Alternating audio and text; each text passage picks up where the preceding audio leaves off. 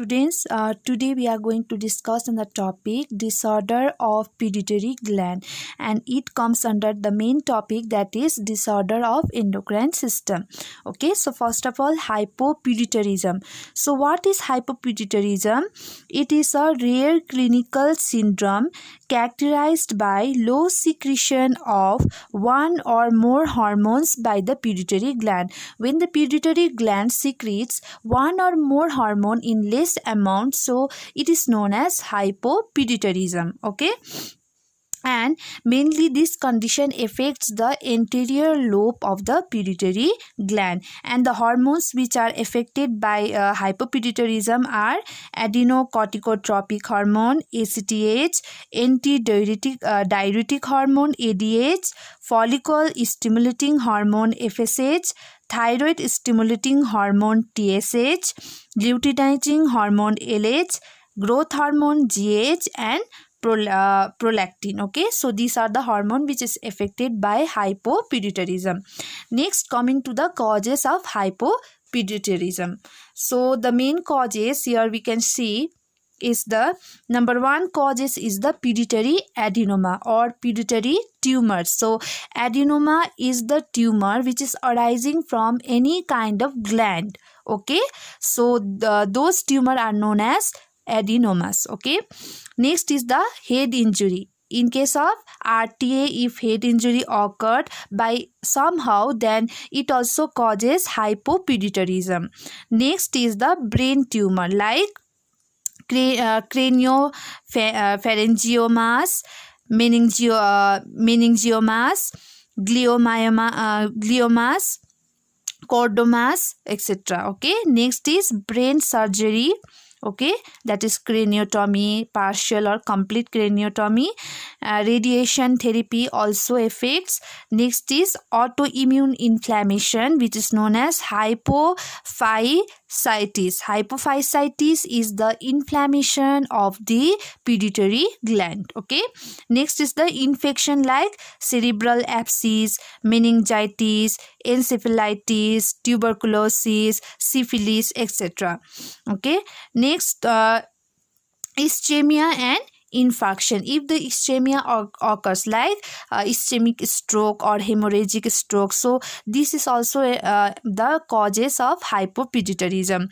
Next is severe loss of blood during childbirth, which may damage to the front part of the pituitary gland. If there is excessive hemorrhage or excessive bleeding during childbirth, then it also affects the anterior lobe of the pituitary gland, which is known as the Sheehan syndrome or postpartum hypopituitarism. Okay, next is the genetic mutation. Okay, any kind of genetic mutation or genetic causes like PIT1 or PROP1 gene mutation, if there is any kind of gene mutation. Okay, and next is septo-optic dysplasia. So what is septo-optic dysplasia? It is the septo-optic dysplasia is the a compression of the optic nerve which leads to the paralysis of the eyes. Means there will be no eyeball movement.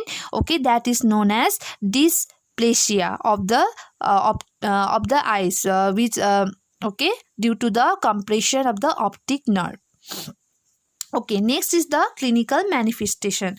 So clinical manifestation is mainly depend on the type of deficiency or which hormone is being deficient. Okay, so first is the adrenocorticotropic hormone deficiency, ACTH deficiency. So here the symptom we can see is fatigue, pallor, anorexia, weight loss, dizziness, weakness, depression, nausea, vomiting. Circulatory collapse means there will be failure of either pulmonary circulation or systemic circulation. Next is fever and shock. Okay, so these are the symptoms in case of ACTH deficiency. Along with that, in children we can see delayed puberty. Mainly puberty starts from 13 years of age, but there will be delayed puberty, means the puberty will start at 17 18 years. Okay, next is failure to thrive, means the child may not survive also, he may die, he or she may die. Next is TSH deficiency. Here the symptoms included are constipation, weight gain, bradycardia, hypotension, sensitivity to cold, decreased energy, okay, either we can say it fatigue, muscle weakness, tiredness or aching, hair loss, dry skin, hoarseness, and cognitive slowing. Cognitive slowing means the thinking or the thought the thinking power will be slow, or the person thought process will be slower. Okay, that is cognitive slowing. Next is children will undergo retarded development. Okay, the development or the maturity will be slow. Next is growth retardation. Okay, so these are the symptoms. Next is the gonadotropin deficiency. Here in case of women we can see that irregular or stopped menopausal periods. Okay, and next is loss of libido, means the sexual desire or sexual function will be lower. Okay, next is dyspareunia, infertility and osteoporosis. In case of men we can see loss of libido, impaired sexual function, mood impairment, loss of facial, scrotal and body hair, decreased muscle mass, osteoporosis, anemia, weakness, lack of interest in sexual activity, erectile dysfunction and infertility. And in case of children we can see delayed puberty. Okay, next is the growth hormone deficiency, GH deficiency. Here in case of children we can see is fatigue, short height, decreased muscle mass and strain, fat around the wrist and in the face, poor overall growth or growth retardation. And in case of adult we can see is low energy, decreased strength and exercise tolerance, weight gain, visceral obesity, decreased muscle mass, feeling of anxiety or depression, decreased quality of life, impairment of attention and memory. So this is in case of GH deficiency. Next is prolactin deficiency.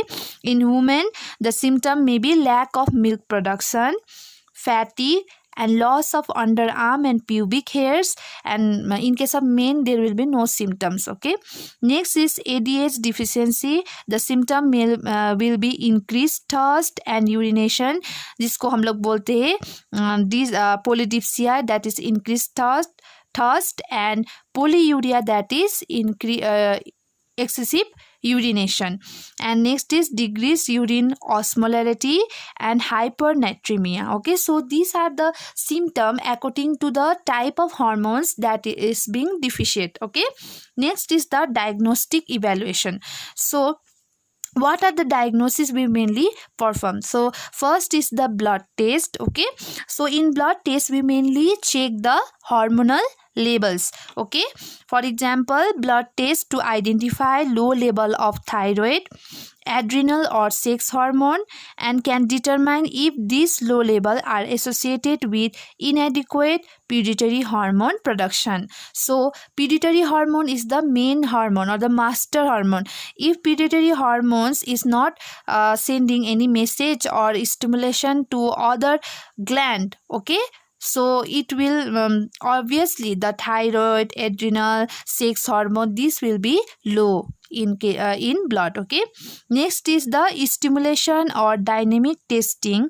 Here what a doctor do, doctor will suggest a patient to go a specialized endocrine clinic for this test. Okay, which check body secretion of hormone after administration of certain medication that can stimulate hormone production. So a patient goes to the endocrine clinic, okay, there certain medication which will stimulate the hormone production will be injected to the or administered to the patient, and after that the so hormone secretion or the level of hormone secretion in the body of that person is mainly determined, okay, checked or detected. That is the dynamic testing. Next is brain imaging, that is CT, MRI, mainly is done to detect any kind of pituitary adenoma or any kind of injury, okay. Next is vision test. Vision test is mainly done in order to determine septo-optic dysplasia, okay, what I have told already. Along with that, visual field and visual field and visual acuity is mainly determined. Next is X-ray. X-ray of the hand and wrist can measure whether the bones are growing normally. Mainly hands, legs का x ray mainly करके हम लोग क्या देखेंगे, उसका जो bone का growth है वो नॉर्मल है या फिर रिड्यूस्ड हुआ है, okay, that is mainly seen. So this is the all about the diagnostic evaluation. Next is the management. So management, it mainly includes either medication therapy or hormonal replacement therapy or radiation therapy or even surgery, okay, in case of pituitary tumors. So first is the hormonal replacement. So hormonal replacement medications are mainly here.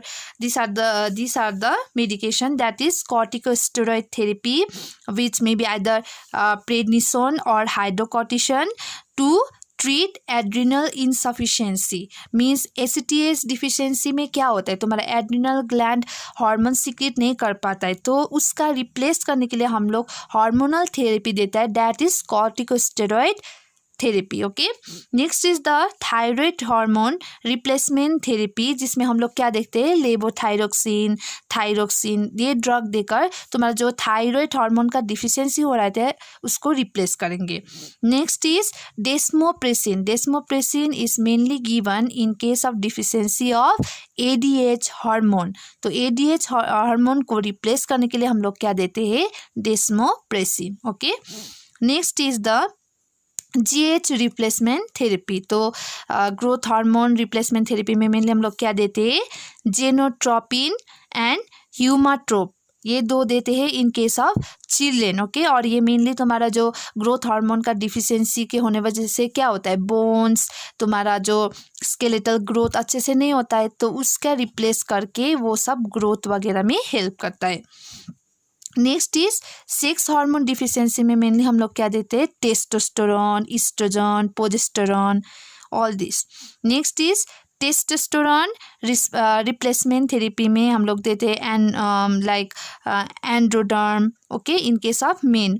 और men में देने से क्या होगा, उसका जो sexual function है वो नॉर्मल हो जाएगा और जो सेक्सुअल कैरेक्टरिस्टिक्स है वो भी मेंटेन हो जाएगा. Next is oestrogen replacement therapy, ये हम लोग देते हैं इन केस ऑफ फीमेल, ताकि उनका जो रिप्रोडक्टिव, फीमेल का जो रिप्रोडक्टिव सिस्टम है, सेक्सुअल कैरेक्टरिस्टिक्स है, वो नॉर्मलाइज्ड हो जाए. So these are the mainly treatment hormonal therapy in case of hypopituitarism, okay. Next is the hyperpituitarism. So hypopituitary coma, it occurs when there is severe deficiency or severe low secretion of any hormone, ठीक है. जब तुम्हारा hormone एकदम ही कम secret होता है तब क्या होता है, हाइपोपिट्यूटरी कोमा. और इसका तुम्हारा क्लिनिकल फीचर्स क्या होता है, hormonal deficiency, okay, meningism, that is a sign and symptom of meningitis, and visual field defect, ophthalmoplegia, okay, that is the ophthalmoplegia mainly, that is the paralysis of the eye muscles, okay. Next is reduced consciousness, hypotension, hypothermia and hypoglycemia. और treatment mainly क्या है, urgently हमें क्या देना है, intravenous hydrocortisone, okay, that is the corticosteroid therapy. और इसके साथ हमें थायराइड रिप्लेसमेंट थेरेपी देना है, ओके। और अगर तुम्हारा पिट्यूटरी में कोई ट्यूमर है या फिर कोई एडिनोमा है तो immediately we can suggest surgery, okay. Next is the hyperpituitarism. So hyperpituitarism as the name suggest, इसमें क्या होता है, कोई भी हार्मोन का एक्सेसिव सिक्रीशन होता है from the pituitary gland, okay. So mainly it can be of two types, तो दो फॉर्म में हमें मिलता है, एक is acromegaly, that is very rare form, and next is the gigantism, okay.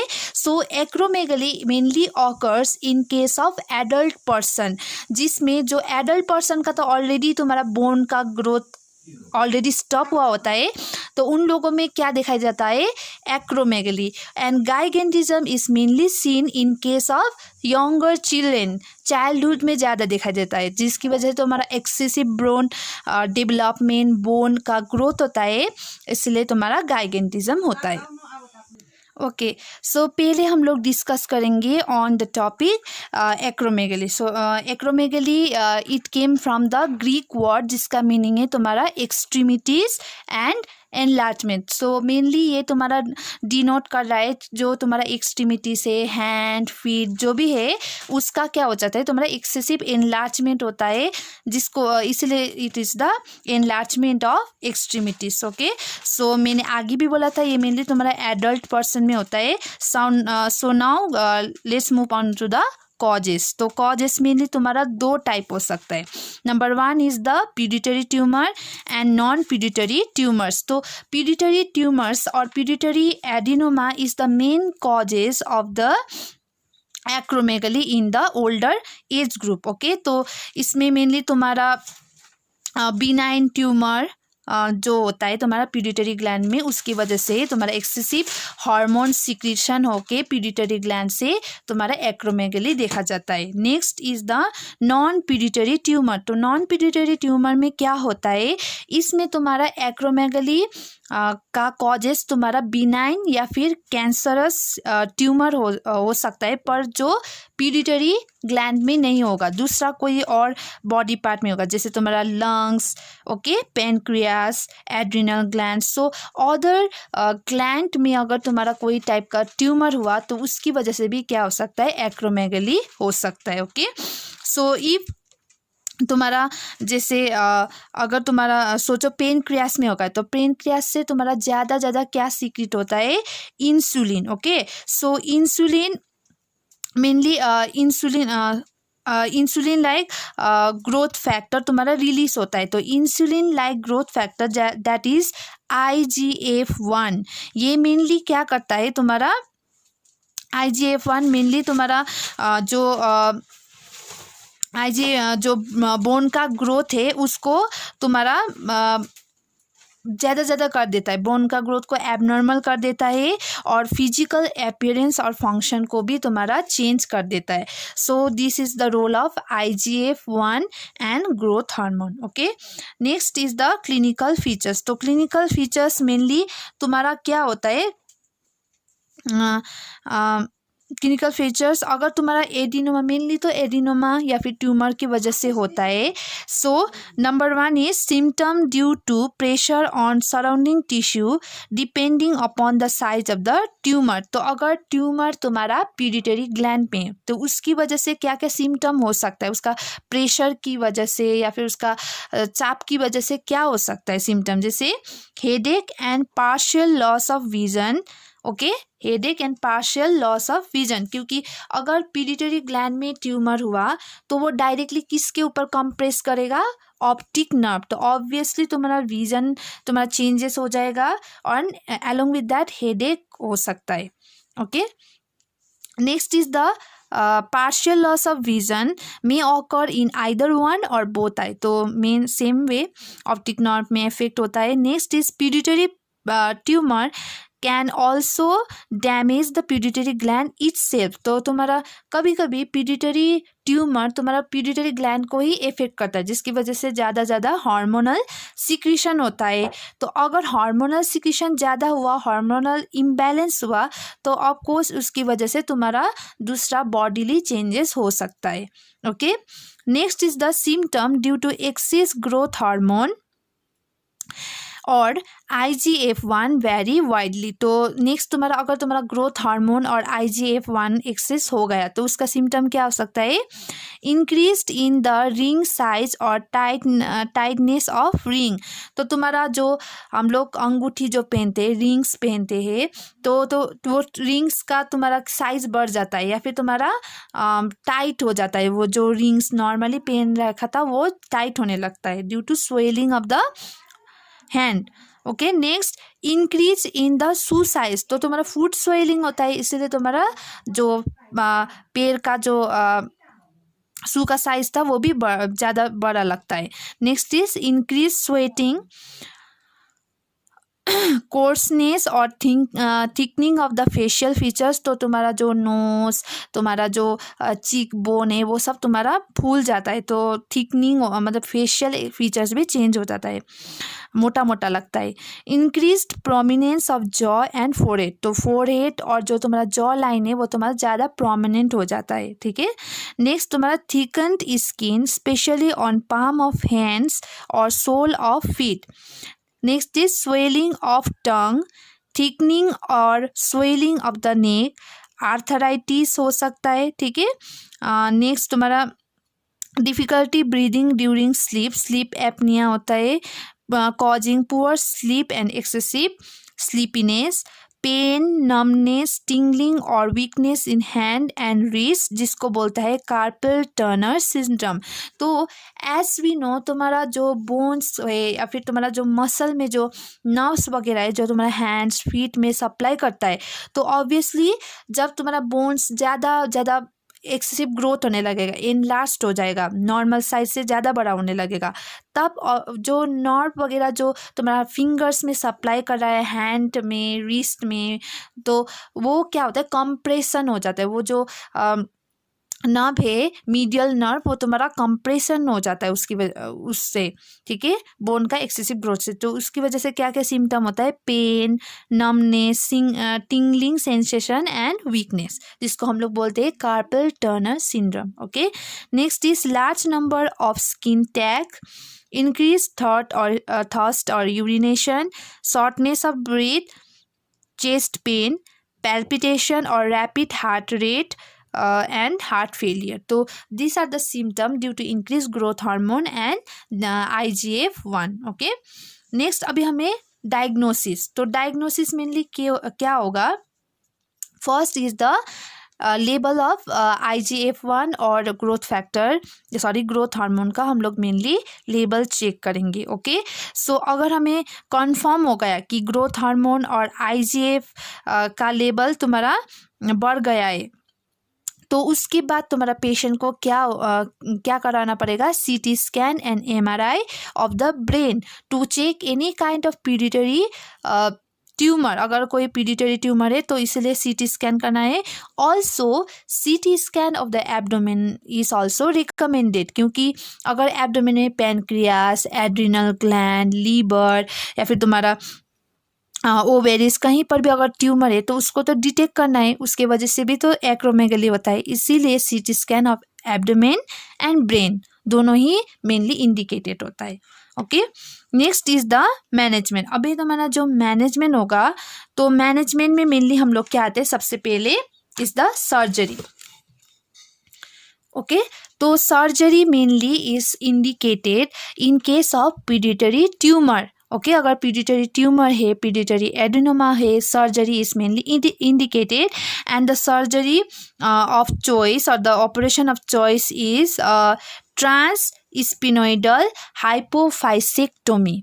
तो ट्रांस स्पिनोइडल हाइपोफाइसेक्टोमी में क्या करता है? देर इज एक इंसिजन बनाता है तुम्हारा जो लिप्स के ऊपर अपर म्यूकोसा में एक इंसिजन करके वहाँ से तुम्हारा स्पिनोइडल बोन होके एक तुम्हारा वो इंस्ट्रूमेंट इंसर्ट करता है, तो उससे हम लोग एक तुम्हारा माइक्रो सर्जरी है वो डायरेक्टली तुम्हारा विथ गाइडेड गाइड करके हम लोग डायरेक्टली तुम्हारा पिट्यूटरी में ग्लैंड में ले जाके जो ट्यूमर है उसको रिमूव करते हैं, ठीक है।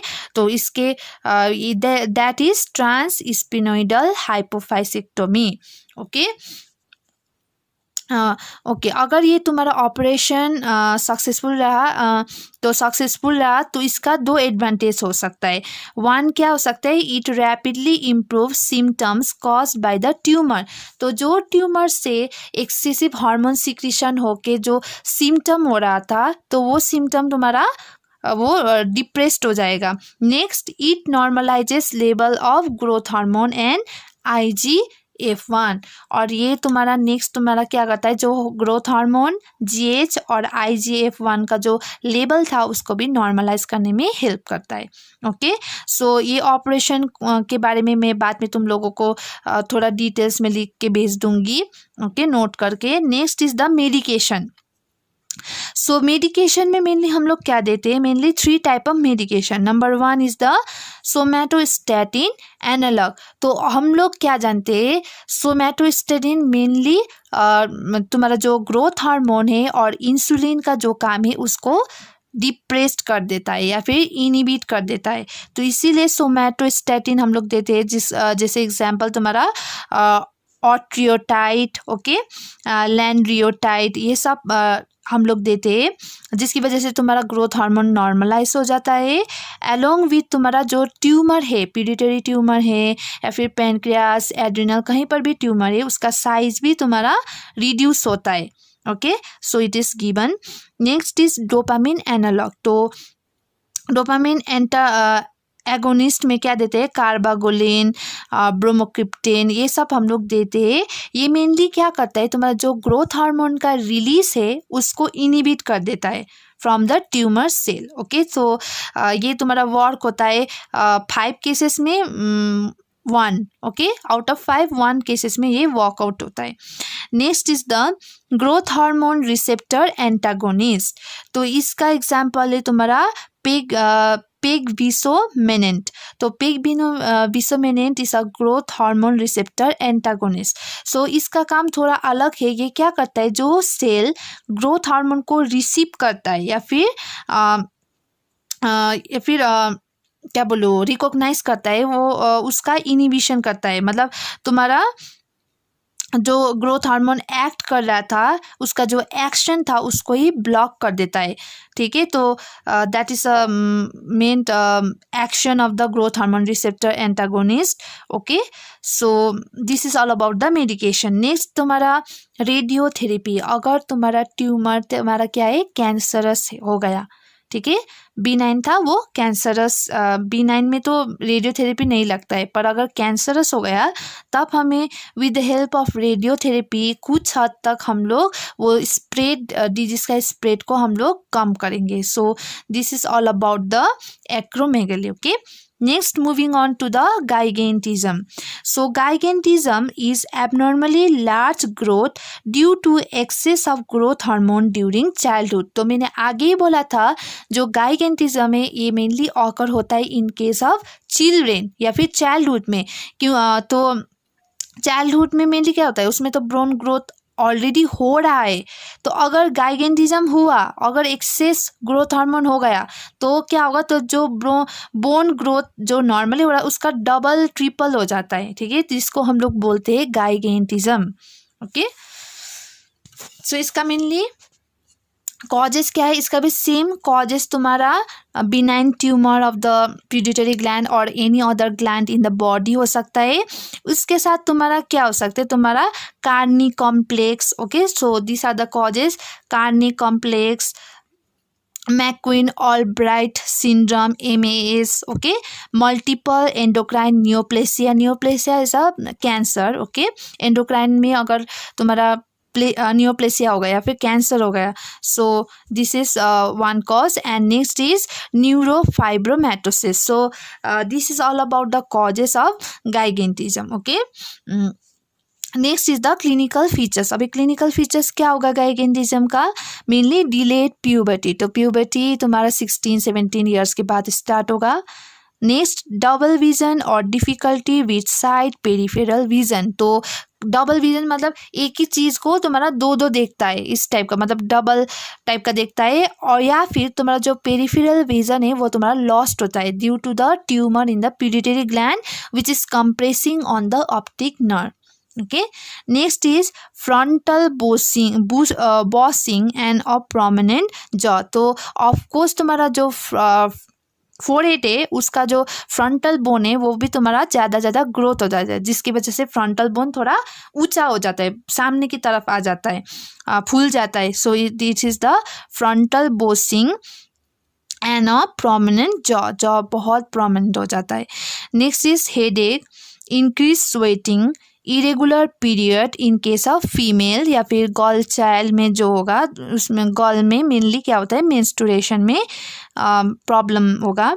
Large hand and feet with thick fingers and toes, release of breast milk due to excess of prolactin hormone, तो प्रोलैक्टिन हार्मोन भी ज़्यादा सीक्रेट होगा जिसकी वजह से ब्रेस्ट मिल्क भी सीक्रेट होगा या फिर प्रोड्यूस होगा।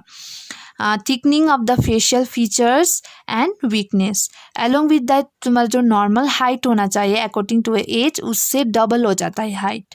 Okay, next is the diagnostic evaluation, तो डायग्नोसिस में मेनली क्या करता है, सीटी, एमआरआई, जिसमें same way tumours of the pituitary gland या फिर tumours of the other endocrine gland, ये सब हम लोग देखेंगे। Along with that oral glucose challenge हम लोग करेंगे, oral glucose challenge, high prolactin level check करेंगे and insulin growth factor that is IGF-1 का भी लेवल हम लोग चेक करेंगे, तो जो नॉर्मली इंक्रीज होगा। ओके, नेक्स्ट तुम्हारा मेनली अदर हार्मोन का भी हम लोग चेक करेंगे, blood level that is cortisol, estradiol, testosterone, thyroid hormone, सब हार्मोन का हम लोग लेवल एक बार चेक करेंगे। Okay, next is the management, तो मैनेजमेंट में इसमें क्या होगा, सबसे पहले मैनेजमेंट ऑफ द ट्यूमर, तो मेनली ट्यूमर को हमें रिमूव करना है। अगर पिट्यूटरी ग्लैंड में ट्यूमर है तो इसके लिए हम लोग मेनली सर्जरी करते हैं, दैट इज ट्रांसस्पिनोइडल एडिनेक्टोमी एंड हाइपोफाइसेक्टोमी और हाइपोफाइसेक्टोमी, तो सेम सर्जरी जो एक्रोमेगली में हमने किया था माइक्रो सर्जरी, सेम सर्जरी हम यहाँ पे करते हैं। ओके, नेक्स्ट अगर तुम्हारा सर्जरी से कम्प्लीटली ट्यूमर रिमूव नहीं हो पाया तब हम लोग मेडिकेशन दे सकते हैं, like medication like somatostatin analogue, okay, जो ग्रोथ हार्मोन का रिलीज को रिड्यूस करता है या फिर उसका एक्शन को कम करता है, डोपामिन एगोनिस्ट देते हैं, या फिर तुम्हारा जो ग्रोथ हार्मोन रिसेप्टर एंटागोनिस्ट जो आगे हम लोग ने डिस्कस किया था वही सब हम लोग मेडिकेशन देंगे। ओके, तो अगर तुम्हारा सेम वे अगर ट्यूमर तुम्हारा कैंसरस हो गया है तब हमें क्या देना है, radiation therapy. Okay, so this is all about the gigantism and acromegaly. Okay, next is the pituitary gland tumour. So pituitary gland tumour ये तुम्हारा मेनली जब तुम्हारा पिट्यूटरी ग्लैंड का जो सेल्स है या फिर सेल्स है उसका अगर तुम्हारा एबनॉर्मल ग्रोथ हुआ या फिर एबनॉर्मली डिस्ट्रीब्यूट हुआ उसको हम लोग क्या बोल सकते हैं, पिट्यूटरी ट्यूमर बोल सकते हैं। ठीक है, तो इसकी वजह से तुम्हारा दो कॉजेस हो सकता है, आइदर तुम्हारा हाइपोपिट्यूटरिज्म हो सकता है या फिर हाइपर पिट्यूटरिज्म हो सकता है। ठीक है, सो मेनली पिट्यूटरी ट्यूमर को हम लोग 3 टाइप्स में हम लोग भाग कर सकते हैं, डिवाइड कर सकते हैं, that is one is the benign pituitary adenoma. Benign as the name suggest, benign का मतलब है नॉन कैंसरस। ओके, तो नॉन कैंसरस पिट्यूटरी ट्यूमर इसका ग्रोथ क्या होता है, बहुत ही स्लो होता है और ये तुम्हारा दूसरा पार्ट ऑफ द बॉडी में स्प्रेड नहीं होता है, ये पिट्यूटरी ग्लैंड में तुम्हारा रहता है। ओके, अदर पार्ट्स में ये वो नहीं होता है, मतलब डिस्ट्रीब्यूट नहीं होता है। Next is the invasive pituitary adenoma. So invasive pituitary adenoma क्या है, ये भी तुम्हारा बिनाइन ट्यूमर है पर ये तुम्हारा स्प्रेड होता है तुम्हारा स्कल में। Okay, bones of the skull या फिर साइनस कैविटी यहाँ तक वो फैल जाता है पर ये तुम्हारा बिनाइन ही रहता है। कैंसरस अभी तक नहीं हुआ है। Next is the pituitary carcinoma. So this is the main malignant और कैंसरस ट्यूमर। तो ये तुम्हारा पिट्यूटरी से दूसरा बॉडी का पार्ट्स जैसे तुम्हारा central nervous system, brain, spinal cord में भी तुम्हारा स्प्रेड हो जाता है। इवन तुम्हारा बाय ब्लड तुम्हारा दूसरा बॉडी पार्ट्स में भी तुम्हारा फैल जाता है। तो दिस इज द कैंसरस और malignant pituitary tumour. So all this three are the types of pituitary tumour. Okay, next is causes and risk factor. तो causes and risk factor mainly क्या होता है, mainly the cause of most pituitary tumour is unknown. Mainly हम लोग unknown या फिर idiopathic बोल सकते हैं, पर ऑल दो तुम्हारा जेनेटिक फैक्टर या फिर कोई जेनेटिक म्यूटेशन की वजह से भी तुम्हारा पिट्यूटरी ट्यूमर हो सकता है। लाइक तुम्हारा there is mutation of specific gene that is associated with increased risk for developing pituitary adenoma। तो certain genes जैसे तुम्हारा मैंने आगे बोला था PIP1, PROP1, ये सब gene is connected with the pituitary gland. तो अगर ये जीन में कोई म्यूटेशन आ गया तो इसकी वजह से भी तुम्हारा मैलिग्नेंसी या फिर ट्यूमर तुम्हारा हो सकता है। ओके, पिट्यूटरी ग्लैंड में। Along with that, अगर फैमिली हिस्ट्री है, okay, people with a family history like तुम्हारा मल्टीपल एंडोक्राइन न्यूप्लेसिया, ओके, टाइप 1, अगर फैमिली में ऐसा हिस्ट्री है तो इसकी वजह से भी जो अपकमिंग जेनरेशन में उनमें पिट्यूटरी ट्यूमर हो सकता है। ठीक है, इसके साथ तुम्हारा जो कार्नी कॉम्प्लेक्स मैंने बोला था, कार्नी कॉम्प्लेक्स, ये भी तुम्हारा मेनली ऐसा रिस्क फैक्टर, मतलब ये भी तुम्हारा पिट्यूटरी ट्यूमर या फिर पिट्यूटरी कैंसर होने में हेल्प कर सकता है। Okay, next talking about the clinical manifestation. तो क्लिनिकल मैनिफेस्टेशन मेनली क्या होता है, mainly headache, okay, some loss of vision. तो विजुअल फील्ड में भी लॉस हो जाता है, एक्विटी कम जाता है। Okay, next is the loss of body hair in women less frequent or no menstrual period or no milk from the breast. Okay, in men loss of facial hair, growth of breast tissue and impotence. in women and men low sexual drive जिसको हम लोग loss of libido बोलते हैं.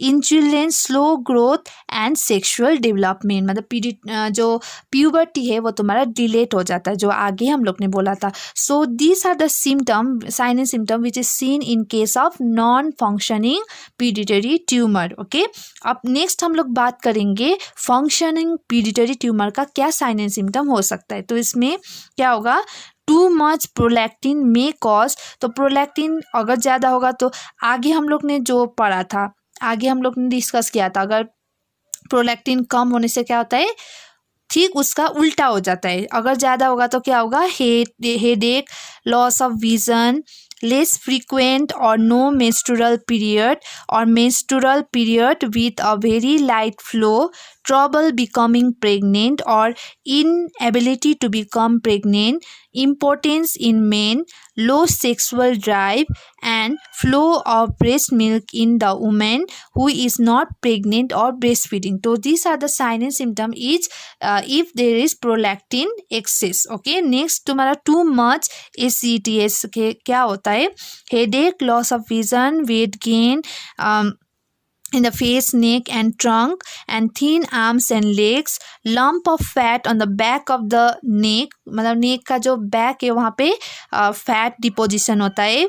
thin skin that may be purple or pink, stretch marks on the chest and abdomen, मतलब purple pink colour का stretch marks होता है mainly chest में और एब्डोमेन में. easy bruising, growth of fine hair on the face, upper back or arm, bones that break easily, anxiety, irritability and depression. So this is all about the ACTH excess. Next, too much growth hormone से क्या होता है, acromegaly, okay, इन acromegaly होता है, gigantism होता है, तो आगे हम लोग ने बोला था.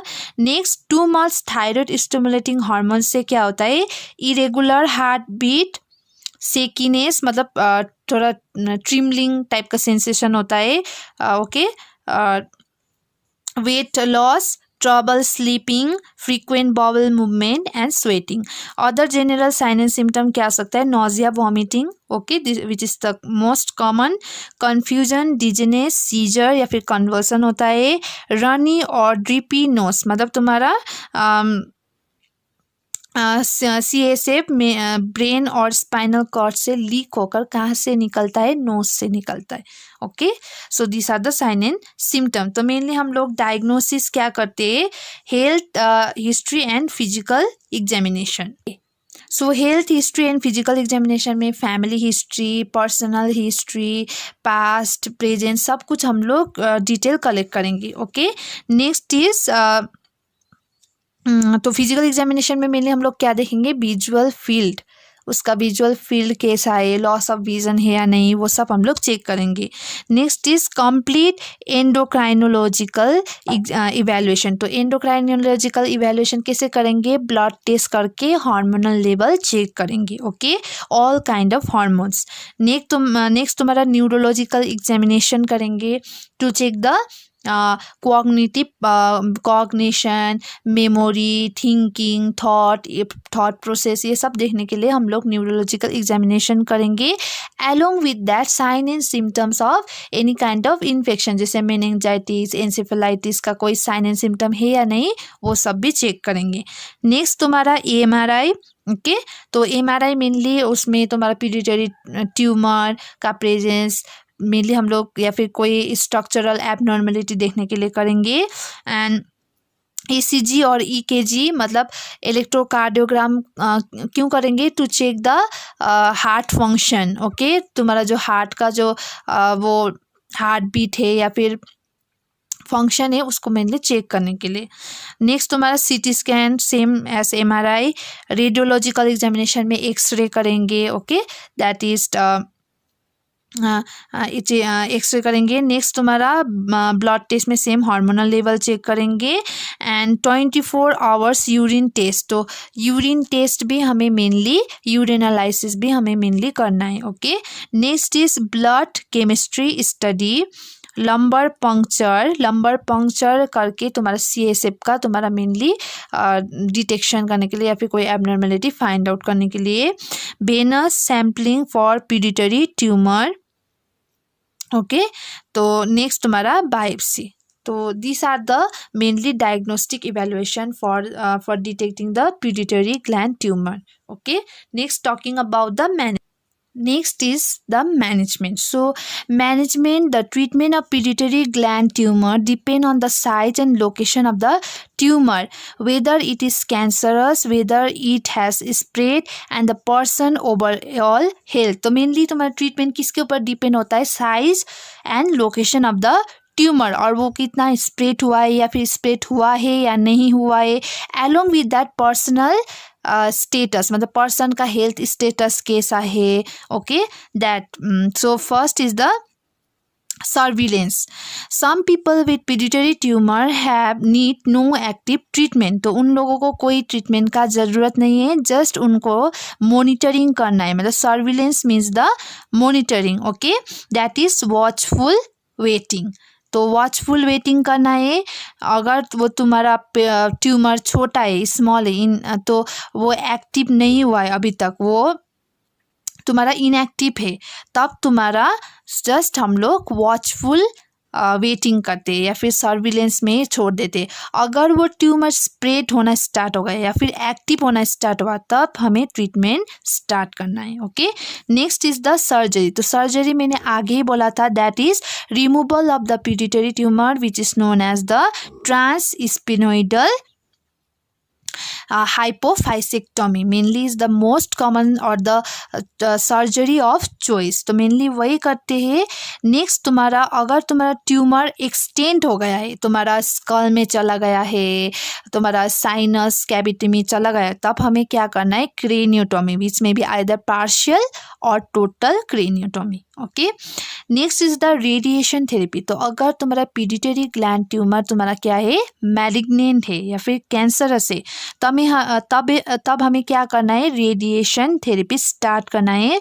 Okay, that is external radiation therapy mainly हम स्टार्ट करता है। Okay, next is the chemotherapy. तो केमोथेरेपी भी तुम्हारा इस थेरेपी और treatment for the cancerous tumour. तो इसमें भी हम लोग क्या करते हैं, केमोथेरेपी के मदद से या फिर कोई ड्रग मेडिकेशन की मदद से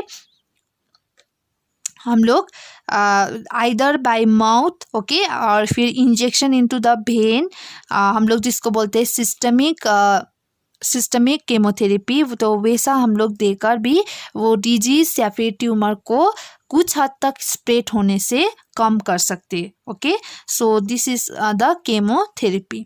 नेक्स्ट इज द मेडिकेशन। तो मेडिकेशन मेनली हम लोग क्या करते हैं, जो हार्मोन्स वगैरह एबनॉर्मली सीक्रेट हो रहा है, तो उसका मेनली कम करने के लिए या फिर वो एबनॉर्मल हार्मोनल सीक्रेशन को कम करने के लिए या फिर ब्लॉक करने के लिए हम लोग क्या देते हैं, मेडिकेशन देते। लाइक तुम्हारा क्या क्या देता है, तो अगर हार्मोन तुम्हारा बहुत कम सीक्रेट हो रहा है, ओके, एकदम ही लेस सिक्रीशन हो रहा है हार्मोन का, तब हम लोग देते हैं हार्मोनल रिप्लेसमेंट थेरेपी, जो आगे मैंने बोला जाती है कॉर्टिकोस्टेरॉइड, थायराइड रिप्लेसमेंट, डेस्मोप्रेसिन, ये सब देते। पर अगर